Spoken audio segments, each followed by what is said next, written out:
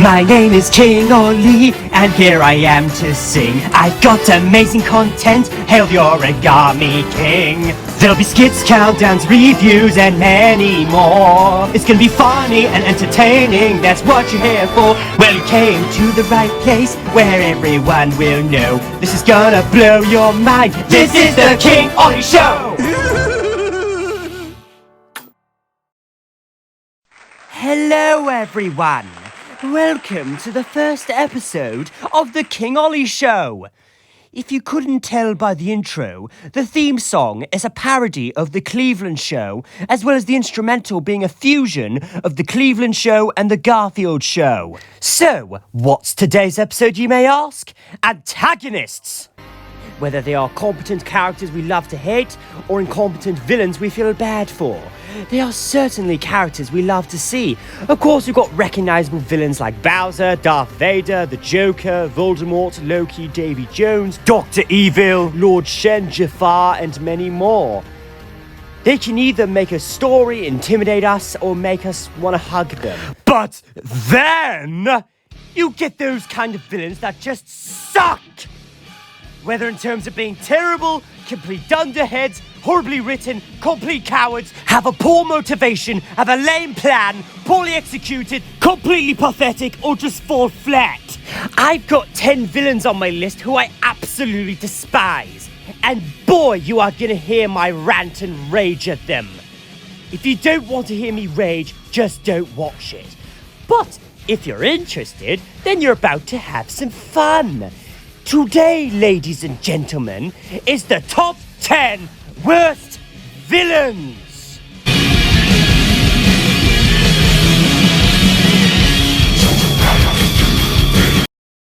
While not terrible, Prince Charming is supposed to be the main antagonist of Shrek the Third, which, by the way, is a cinematic disaster. But I don't think it's that bad. It's just the weakest out of the four. Give that title to Batman and Robin for all I care. And is actually a reasonable choice in terms of his motivations. However, he's basically treated as a punching bag, which makes the film's audience feel a bit of sympathy for him. When they're not supposed to, he's also bland as the main villain of the film, and is not as threatening or entertaining as Lord Farquaad, Fairy Godmother, or Rumpelstiltskin. Instead, he literally behaves like a spoiled brat and you can't take him seriously. The most pathetic thing about Charming is that his evil plan basically consists of setting up a musical play in which he intends to kill Shrek in front of the kingdom. And when this happens at the end of the movie, he's not taken seriously by absolutely nobody due to his childish behavior and awful singing, to the point where Charming's play becomes a Shrek stand-up, in which he constantly ridicules him. Though weak as an antagonist, Prince Charming's motivations to take over far, far away and avenge his deceased mother are very justified and reasonable. You think that's bad? Well, don't worry, the next 9 are much worse than Charming. Familiar!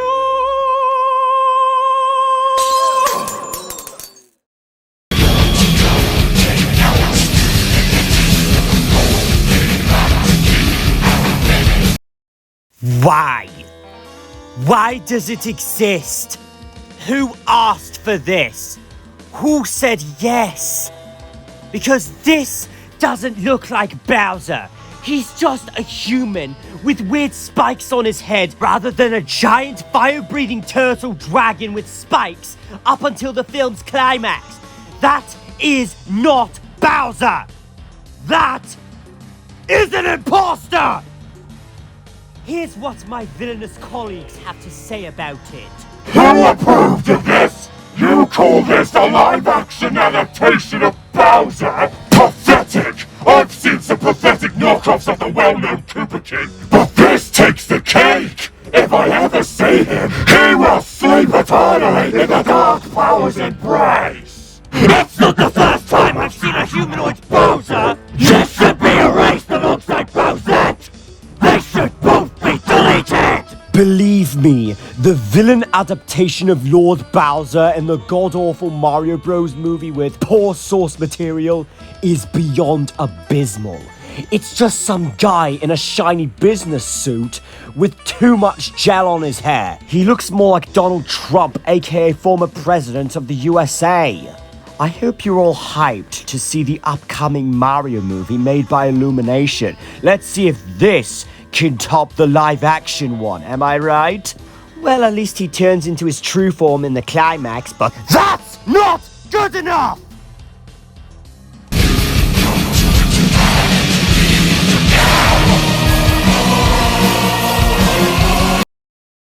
Well, who's next on the list? How about we take one of the most popular Disney villains of all time, but none of the sly and entertaining personality from the original? But we can heavily agree that Jafar is the worst part of the live-action adaptation of Aladdin, and for good reason too.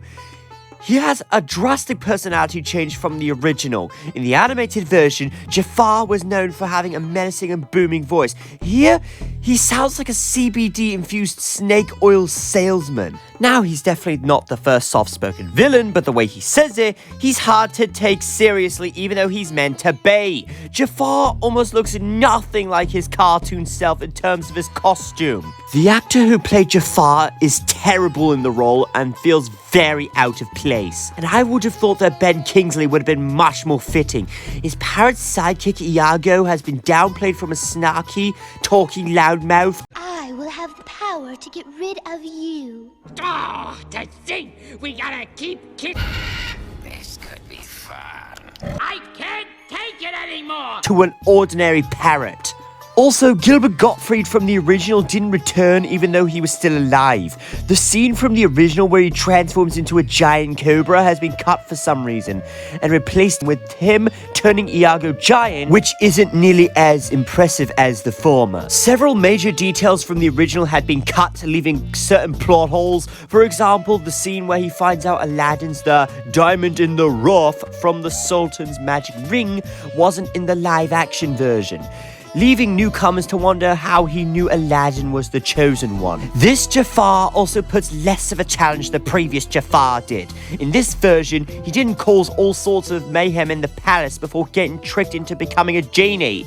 And Jafar here seems to get outsmarted much quicker. Granted, the original Jafar also wished himself into a genie, but he still put up a good fight and was only defeated when Aladdin sealed him in his own lamp. Here, Aladdin never had to move the lamp, and he still got defeated. His backstory is rather quite petty, as he only became evil right after he got imprisoned in Shirabad, which, by the way, is the kingdom where Jasmine's mother hails from, and suffered there for years. Heck, even Lady Tremaine's 2015 incarnation had a very proper backstory on why she became cruelly evil and harassed Cinderella to make her do chores. If you're gonna remake one of the most iconic villains, please stick to the original source material and wonder why that was phenomenal to begin with.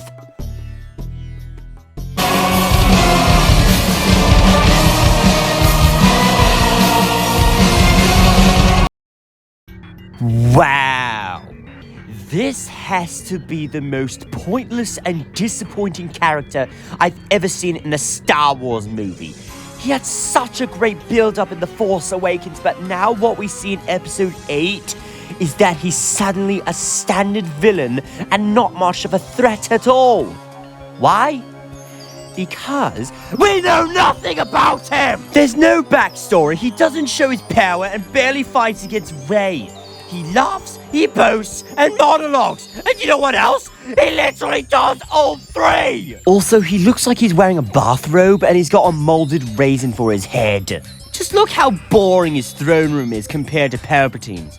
It's like they hung one massive red curtain and called it a day. Guess the First Order really needed more interior designers, am I right?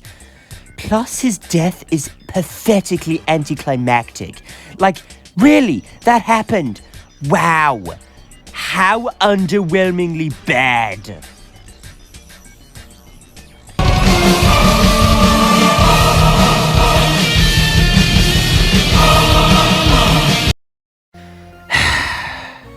Let's all be honest, we hate Dolores Umbridge, and for many, we hate her more than we hate Voldemort for obvious reasons. Voldemort didn't hide his evil ways. He let the world know about his monstrous tendencies and made it clear how deep that evil nature ran. Umbridge? She would wear pink, using her unassuming qualities to give off an air of innocence when she was the evilest of all. Despite playing second fiddle to the ultimate villain of the Harry Potter series, Lord Voldemort, Dolores Umbridge undoubtedly takes the title of the most hated character of the Harry Potter movies and books. Perhaps the reason for this is just how familiar Umbridge's brand of evil is. Unlike Voldemort, who swishes around in demonic black capes if indeed he takes human form at all, she hides her malice beneath a simpering facade of pastel fluffy jumpers and knit and pattern crockery. Her brutal punishments include a twist on writing lines. Students are forced to use a magic quill that cuts the back of their hands, meaning they write in their own blood. Harry Potter himself is subjected to this particular detention, forced to write, "I must not tell lies," until the words forge a bloody scar on the back of his hand. Umbridge lacks the charismatic traits of even Lord Voldemort, instead showing herself to be a self-centered, power-hungry, and bigoted figure, outclassing Lockhart as the most despicable defense against the dark arts teacher by far. I loathe Umbridge more so than Poison Ivy from Batman and Robin because of her authoritarian stance and a dictator-like presence, as well as her racist attitudes and torturing of children. Due to her reputation, Umbridge is often considered to be one of the most hated fictional characters and one of the biggest scoundrels in movie history.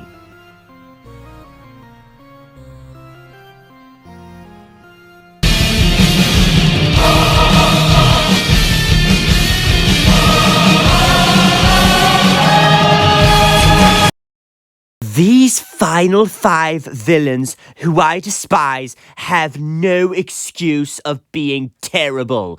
None whatsoever. Movies have some twist villains, right? Even in animation, as long as it's unexpected and surprising. Some work like Charles Muntz, Mr. Waternoose, King Candy / Turbo, Ernesto, and Stinky Pete. Oh yes, and Lotso. But there are those who fail, like Otto, Yokai, Bellwether, Hans, Evelyn, and number 5 on the list, the twist villain from Turbo, also known as Guy Garnier. While Prince Charming was the worst villain in the Shrek category, Guy is the worst DreamWorks villain I've ever seen. I have to agree with Schaefer's Productions on this one. This is without doubt the worst twist villain I've ever seen, as he's on the same level as the Paul Blart Mall Cop twist villain. When Turbo is allowed to race, Guy shows his true colors the night before the race. And when the race happens, he tries to kill and stop Turbo from winning, and his motivation by being more egocentric, arrogant, and dangerous were very dangerous to every single racer. Guy is never set up as a villain until the big twist. But unlike those villains I previously mentioned, however, the twist is rather executed horribly and afterwards acts like a self-absorbed jerk in front of the crowd, which he never did in the rest of the film. The twist doesn't even work, since even taking it out of the story entirely, Guy would still need to try and win against Turbo, making it entirely pointless. Thankfully, he got banned from racing because he truly is the definition of bad sportsmanship.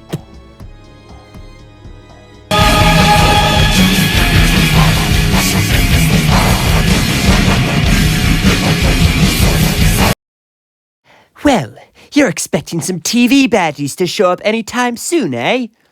But the trouble is, I can hardly find some that are considered horrible. However, I did find one who's not only the worst villain in any show, but he's also the worst character in all of television, and he's 10 times worse than Peter Griffin. Ramsay Bolton! You would think I would put Joffrey on here, as he's the Game of Thrones equivalent of Draco Malfoy, but I don't really care because Ramsay is 10 times worse! If you don't know who he is, I'll tell you. Ramsay is quite possibly the most vile, cruel, and despicable character in the entire story. Even more so than Joffrey, which is one hell of an accomplishment, with not a single redeeming quality to be seen. While in the books he's much worse, his TV counterpart is more than despicable. Every second he's on screen is filled with a nightmarish tone about what horrible thing he's going to do next. Also, sister, there are some really unsettling imagery. You might as well cover your eyes and look away now. He tortures, skins, hunts, rapes, and psychologically breaks people with absolute glee simply because he enjoys doing it. And manages to make the widely disliked Theon sympathetic simply by subjecting him to the most gruesome torment imaginable. And in the aftermath of the second episode of Season 6, Ramsay takes Joffrey's position as the most despicable character in all of Westeros. Joffrey might have been a vicious idiot of a king, but he never killed his own father and then had his stepmother, newborn brother fed alive to the hoes, just so he can be in charge. In the end, his death in the Battle of the Bastards is well-deserved and incredibly cathartic. After being defeated by Jon Snow's wildling army, Jon gives him a no-holds-barred beatdown, and then Sansa delivers a recent you suck speech to him and locks him in a cell with his own dogs that have been starved in anticipation of Ramsay feeding Jon to them. They tear Ramsay to pieces, starting with his face! Good riddance! That's what I say! While his death may be satisfying, but that doesn't excuse such a wretched mess of a character! And I only got 3 left, and this next one is coming up right now.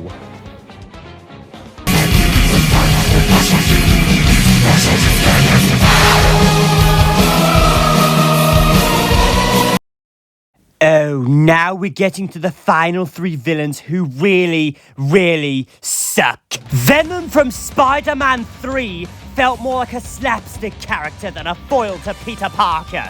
And Venom was introduced as a power-up for Spider-Man in the form of the dope black suit instead of his own character. However, that being said, the dopest thing Venom brought in this movie was the black suit, albeit coming with Peter's very awkward, very memeable bad boy attitude. This version of Venom wasn't executed well enough, as he doesn't sound or speak like Venom, and his voice is one of the worst Venom voices ever.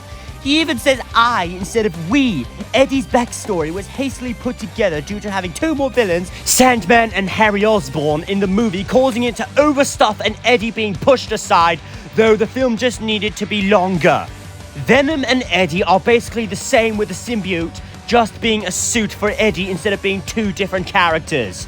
Venom doesn't look bulky in the movie despite him being a bulky character in the comics. In fact, his design in the movie wouldn't be out of place for a live-action Carnage. He has nothing to do with the greater narrative of the story, in which it was about Spider-Man finding his Uncle Ben's murderer and Harry Osborn continuing to get revenge on Spider-Man. It's kind of annoying that he unmasks himself when he talks to reveal his face. It's understandable if it's done once, but it shouldn't have been more than that. His biggest problem is lack of screen time and proper development. This version of Venom is hated more after Tom Hardy portrays a much better Venom. He's a pathetic last-minute villain. The Shadow Queen, Elder Princess Shroob, and Dark Bowser are way better last-minute villains, believe me.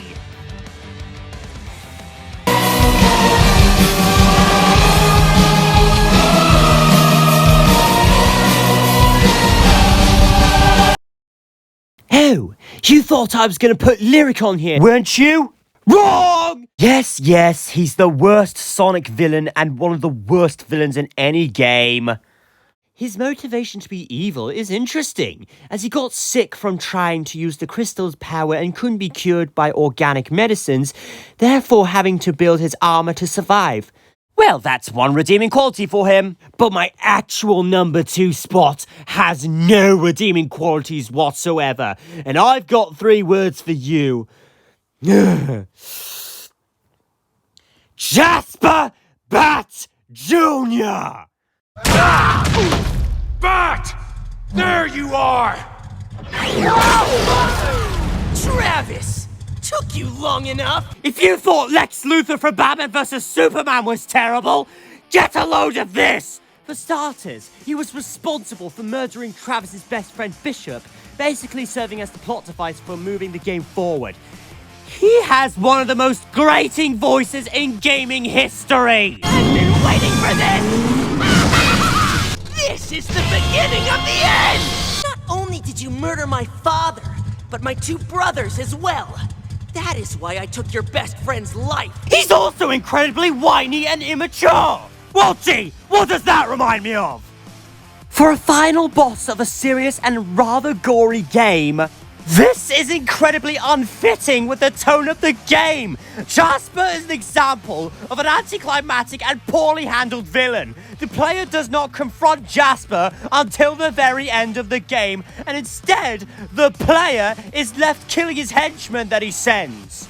To put it simply, there is little build-up to him as Travis's adversary, and as mentioned before, he's basically just a plot device villain. To further cause misery to Travis, when he finally confronts him, Jasper pretends to murder his girlfriend, his brother, and a fellow assassin of his. This just shows how over-the-top sadistical he is.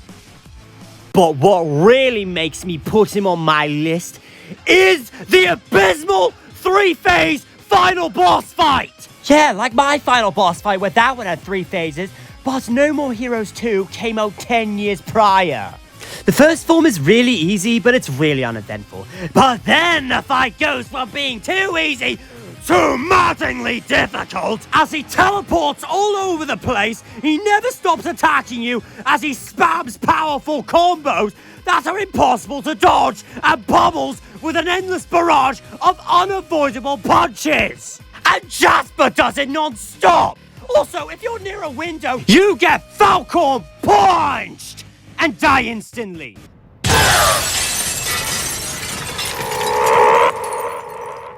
Once his second form is done and over with, we come to his third form and... What is this? A Stay Puft Marshmallow Man wannabe? My final form is way cooler than this! You're forced to attack him up close, and thanks to that horrible camera, it makes you unable to see the attacks as Jasper can punch literally anywhere in the room! But is his death satisfying? Of course not! After making Travis suffer, making the player fight a poorly handled final boss fight, and overall being an unpleasant character to deal with, he dies with a big grin on his face! I get that Jasper's symbolism of revenge is unsatisfying, but now I don't know who I hate more in terms of being a whiny brat, Robin from Batman and Robin or Jasper Bat Jr. But before we get to number 1, here are some dishonorable mentions. Poison Ivy from Batman and Robin, Mr. Green from Norm of the North, Smiler from the Emoji Movie, Douche from Sausage Party, Lyric from Sonic Boom Rise of Lyric, Lex Luthor from Batman vs. Superman, Palpatine from Rise of Skywalker Only, Joffrey Baratheon from Game of Thrones, Bane from Batman and Robin, Lucian from Fable 2, Evelyn Dever from Incredibles 2, Rowan North from Ghostbusters 2016, and Vladimir Makarov from the Call of Duty Modern Warfare games. Now it's time to do a recap before we get to number 1. Number 10, Spoiled Brat. Number 9, Imposter. Number 8, How to Not Rewrite an Iconic Villain. Number 7, Palpatine Wannabe. Number 6, Psycho Witch. Number 5, Worst Twist Villain Ever. Number 4, Sadistic Bastard. Number 3, Pathetic Last Minute Villain. And number 2, Whiny Prick.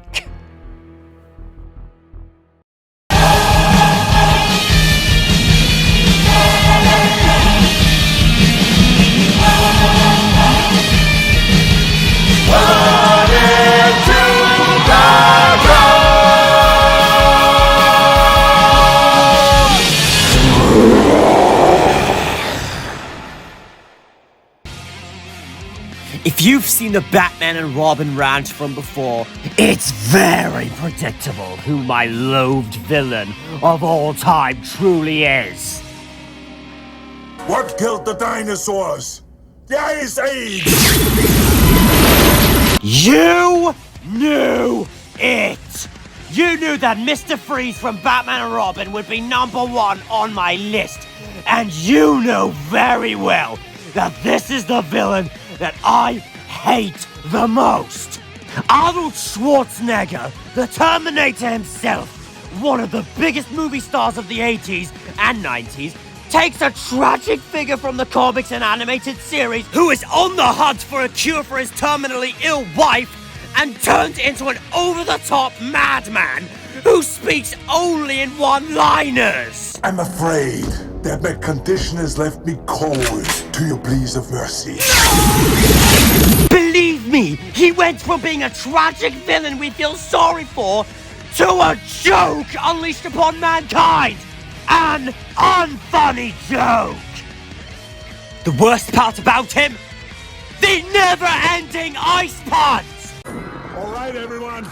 Chill. Cool party. It's a cold town. That's right! His ice puns are the deciding factor. As bad as Jasper Bat Jr. was, at least he didn't say some horrible puns. But what made Mr. Freeze horrible was because of the tone of the film and how the character was written. He had the potential to be good. I want to like him. But the execution for his character is astoundingly horrible. They should have casted someone else like Patrick Stewart from Star Trek, American Dad, and the horrendous Emoji Movie. And don't make him say those god-awful ice puns. Then maybe I would have liked him more. But as of now, the only reason Arnold Schwarzenegger was in the movie is to say all those god-awful, hot garbage, cheesy ice puns that are designed to make you lose your mind! Allow me to break the ice. My name is Freeze. Learn it well, for it's the chilling sound of your doom. Lines like that just makes me want to yell at him to shut up in fury! Seriously, Arnold Schwarzenegger as Mr. Freeze is abysmal! He is awful as Mr. Freeze! What killed the dinosaurs? The Ice Age! Let's kick some ice. Freeze well. Allow me to break the ice. He's a complete miscast and completely destroyed the character! He's only good at the Terminator movies because he can play as a robot, but here, oh my god, he's so irritating! If you thought Tommy Lee Jones's Two-Face from Batman Forever was irritating, but the Mr. Freeze from my despised film of all time sucks so much, especially with all those ice puns that drive me insane. The Iceman cometh. Shut the fuck up! This guy caused me such a bad migraine. It just goes on and on. I can spend much longer torturing myself on how atrocious Mr. Freeze from Batman and Robin truly is. Watch the numbers, Batman, for they are the harbingers of your doom. Can you feel it coming? The ice cold of space. At 30,000 feet, your heart will freeze and beat no more. Also, he flies away in this butterfly jetpack thing, and it's just terrible. He also freezes Robin and says this. Can you be cold, Batman? You have 11 minutes to thaw the bird. What will you do? Chase the villain or save the boy? Your emotions make you weak. That's why this day is mine. I'll kill you next time. Just kill Batman now! Later never comes! It does not get better from there. Oh, and let's not forget this scene where we have Mr. Freeze's hideout. I'm Mr. White Christmas.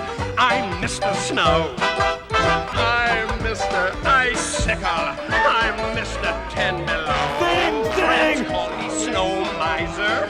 Whatever I touch turns to snow in my clutch. Come on, sing! Louder, come on, sing, sing, sing! Come on! Yes, come on, louder! Oh, shut up, Mr. Freeze! You're really making this into a piss take, Joel Schumacher. And we find out that Mr. Freeze's wife is cryogenically frozen. like the comics and animated series, right? But the thing that makes me angry is that they got the origin of Mr. Freeze from Batman the Animated Series, Heart of Ice. How dare you? How bloody dare you! You take the origin from Heart of Ice, which is an absolutely brilliant story. That's 10 out of 10. That's a must-see. That is one of the best animated stories. But what do they do with Batman and Robin? They stole the idea without asking, and they just add in ice puns after ice puns. If you watch Heart of Ice, that is such a great episode. That is so well crafted, and Mr. Freeze is a great villain in that. Here, they butcher him with those cheesy one-liners, and some don't make sense. Let's kick some ice. Watch Heart of Ice. That is so much better than this travesty of a movie. Oh, and let's not forget this. Yes. If I must suffer, humanity will suffer with me. I shall repay them for sentencing me to a life without the warmth of human comfort. I will blanket the city in endless winter. First, Gotham. And then the world! Oh, for fuck's sake! The movie is really turning into a piss take, isn't it? Just shut up, Mr. Freeze! Arnold, just go back to Predator and the Terminator movies! This is not for you! So there you have it! The worst ice villain I've ever seen in a movie! It makes me want to melt him by summoning either Bowser or the Fire 𝔬𝔫𝔠𝔢! And this is an insult to one of the greatest Batman stories ever told! Making this the worst villain I've ever encountered! And Joel Schumacher, admit your movie is terrible, because I'll never forgive you for writing Mr. Freeze like this! The heat is on.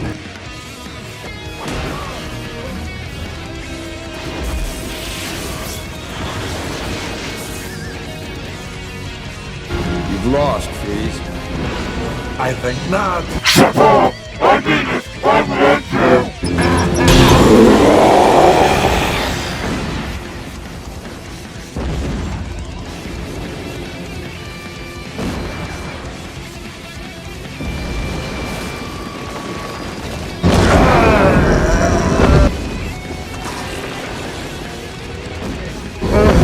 Freeze in hell, Batman!